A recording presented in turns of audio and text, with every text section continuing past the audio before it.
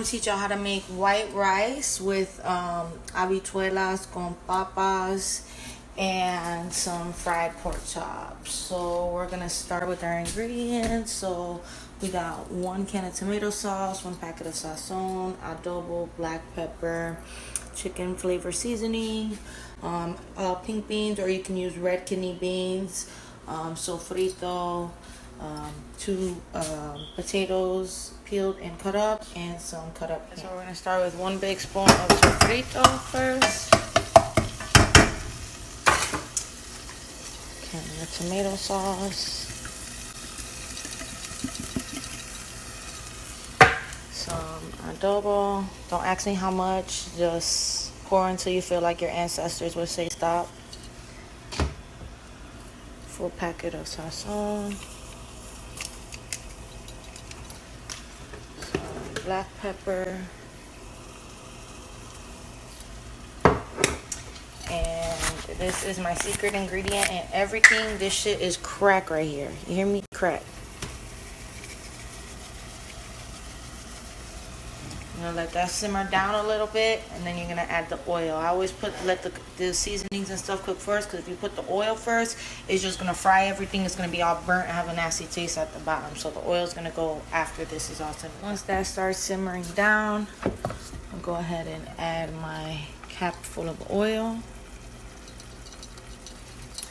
And I could go ahead and add the ham, so it can get all the flavor of all the seasonings. Let that cook down for a little. Then I'm gonna add probably about a 1/4 cup of water, and then my potatoes, so my potatoes could start cooking down. All right, I'm gonna go ahead and add my potatoes. I already put a little bit of water in there. I'm gonna let this cook down on medium high heat. So just cut up a little bit of fresh cilantro and toss it in there for freshness. I got my water boiling, so this is 4 cups of water. And a cap full of oil, so I want to shoot for 2 cups of rice.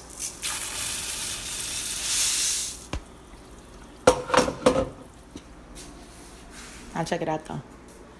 This is what your chuletas should look like when you're done seasoning them. These only take about 15 minutes to cook, so I'm gonna hold off on these, let these marinate for a second. In the meantime, I got the rice cooking up.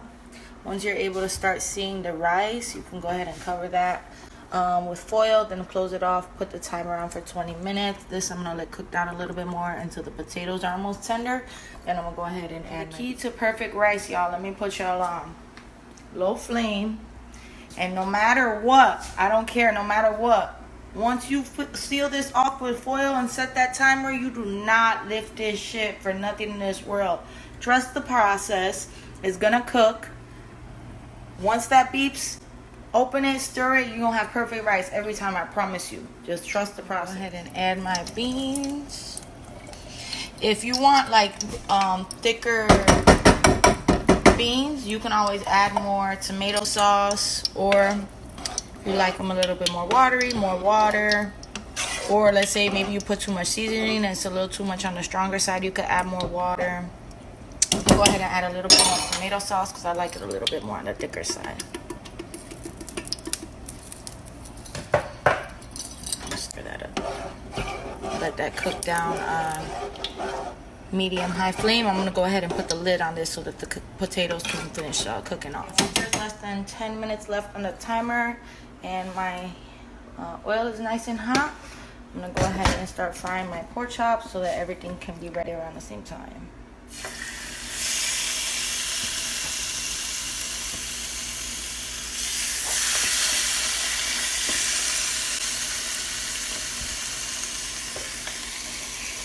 Timer just finished. I just want to show y'all that there is no cap in my wrap, and I want y'all to see this firsthand.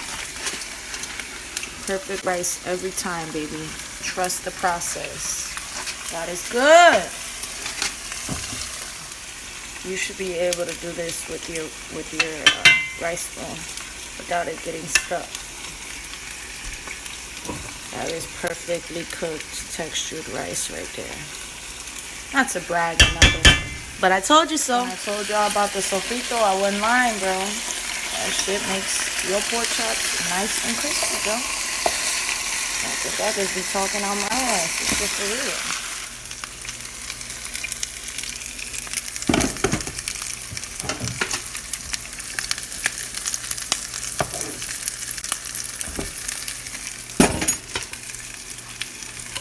Bon appetit.